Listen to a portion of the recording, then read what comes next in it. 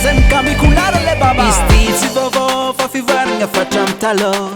Nasa casa kan teknologi fizmbola che fo Atok fa mavanda no katsar na biasas malo Nambani kasa kan mitandrenya zina famban plafond Panganu gazete pikaru kumait Nanambon namban masiit Izuko tantareni la guerra tiron Irak no karata kangi Animateur amazoto Technicien na tsikamo Na miasa mano futrali Ngemnandra fetu turabuni kiazo Kiti misaka mantantanye quiz kwa noti soma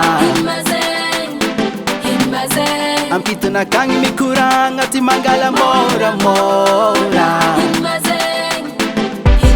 Radio Mangeno Mangeno Mangeno Mangeno Mangeno Radio Mangeno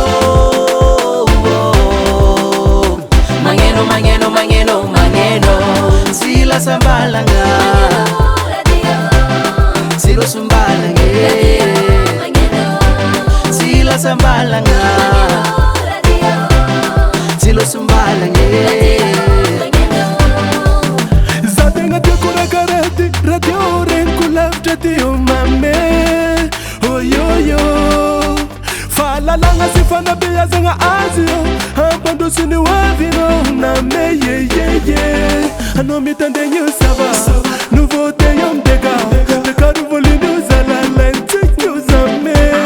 Ambiose mafano nama Maraseka kuandeba Fiena nula ming sava ya mietu kyuname Rado tila ni bale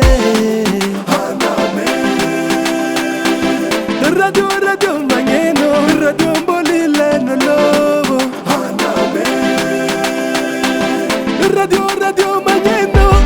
Radio Mangeno Mangeno Mangeno Mangeno Mangeno Radio Mangeno Mangeno Mangeno Mangeno Mangeno Sila sambalanga Silo sumbalanga Sila sambalanga Silo sumbalanga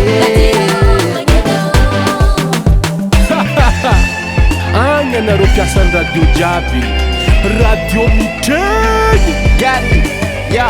azokony mizembola ely mitandregny tantara efa kara miza tele akafizigny marigny tsy viavy tsy lala latsaka ampaniry novelasika tantaran'olo viantala afafogny mesipira radio sakarakory zegny bakara esanao vaovao mampandika fa bonane tonitony amy bidora do tsy mbo mavao mbola vadiny tele ino le tegna tianao andifasanao dedikasa amy deuxième bureau tsy mety takatra kofa tsy sakinao tsara zegny atinirany misy ry afatra Iti misaka mantantanye quiz kwa noti soma